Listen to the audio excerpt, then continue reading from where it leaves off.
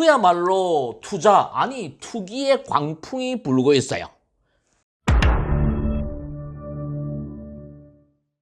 심리학 책을 읽다가 좋은 내용이 있어서 여러분들에게 소개할까 합니다.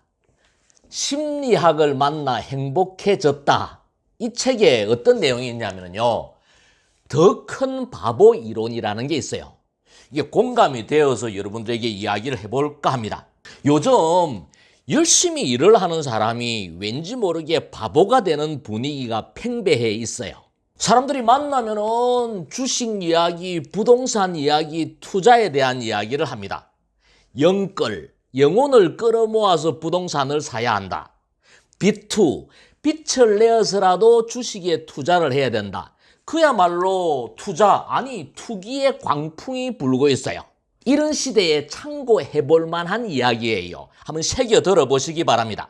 더 큰 바보 이론은 자본시장에서 사람들이 상품의 진짜 가치를 고려하지 않고 비싼 값을 주고 사는 것은 어떤 바보 구매자가 더 높은 가격에 그것을 사갈 것이라고 예상하기 때문이다. 투기와 투자의 차이는 투기 행위의 관건이 투자 대상의 가치를 예측하는 게 아니라 자신보다 더 큰 바보가 있는지 판단하는 데 있다.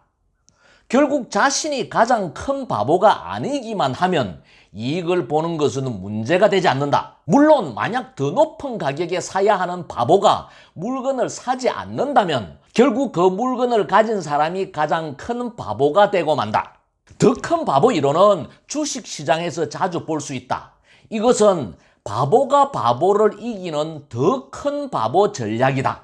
즉 높은 가격에 주식을 사들이고 시세가 유리하게 상승할 때 신속하게 파는 것이다. 이러한 더 큰 바보 전략에서 사람들은 높은 가격 위에 더 높은 가격이 있다고 생각한다. 더 큰 바보 이론은 이 세상에서 가장 두려운 일은 바보가 아니라 마지막 바보가 되는 것이라는 이치를 우리에게 말해준다. 더 큰 바보 이론은 두 가지로 세분화할 수 있다.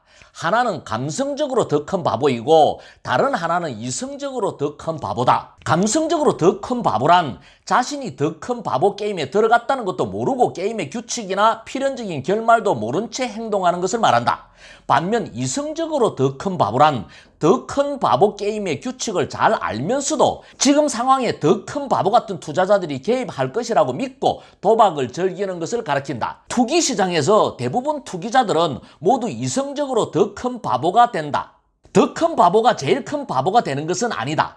이 말은 간단하게 들리지만 결코 쉬운 일이 아니다. 왜냐하면 이보다 더 큰 바보가 있는지 없는지 판단하기가 쉽지 않기 때문이다. 또한 주의를 기울이지 않으면 이성적인 바보는 감성적인 바보보다 더 큰 바보가 되기 쉽다. 감성적인 바보는 자기도 모르는 사이에 바보 게임에 들어가더라도 잘못된 것을 발견하면 즉시 철수하지만 이성적인 바보는 위험한 상황이 명백하게 밝혀져도 일단 판단을 잘못하면 영원히 되돌아올 수 없기 때문이다. 따라서 바보 게임에 참여할 때는 반드시 시장 시세와 대중 심리에 대해 충분히 연구하고 분석하며 자신의 심리 상태를 잘 통제해야 한다.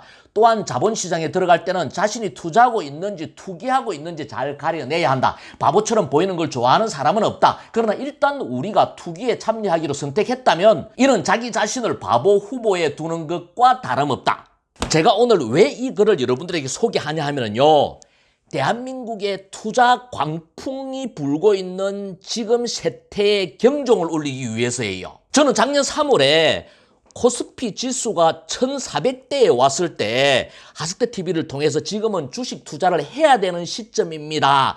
10년에 한 번 찾아올까 말까 하는 절호의 기회입니다 라고 말씀을 드렸습니다. 근데 1년이 지난 지금 저는 여러분들에게 투자에 신중해야 되는 시점입니다 라는 말씀을 드리고 싶어요. 영혼을 끌어모아서 부동산을 투자하고 빛을 내어서 비트코인을 투자하고 주식을 투자하고 이렇게 성실하게 일을 하는 것보다는 투기에 혈안이 되어 있는 지금의 투기판에서 여러분들이 자칫하면은 더 큰 바보 이론의 최후의 바보, 마지막 바보가 될 수 있다는 거예요. 여러분들이 최후의 바보, 마지막 바보가 되면은 지금까지 땀 흘려 모아 놓았던 소중한 재산을 한 방에 날릴 수도 있다는 거예요. 아무리 시장에 돈이 과도하게 많이 풀렸고 유동성이 풍부해졌고 제로금리 시대가 되었고 투자를 해야 되는 시대가 되었다 하더라도 투자와 투기는 구분을 해야 돼요. 지금은 나무를 보지 말고 한 발 떨어져서 전체 형상, 숲을 봐야 되는 시점이에요. 모쪼록 여러분들이 더 큰 바보 이론에서 최후의 바보가 되지 마시기 바랍니다.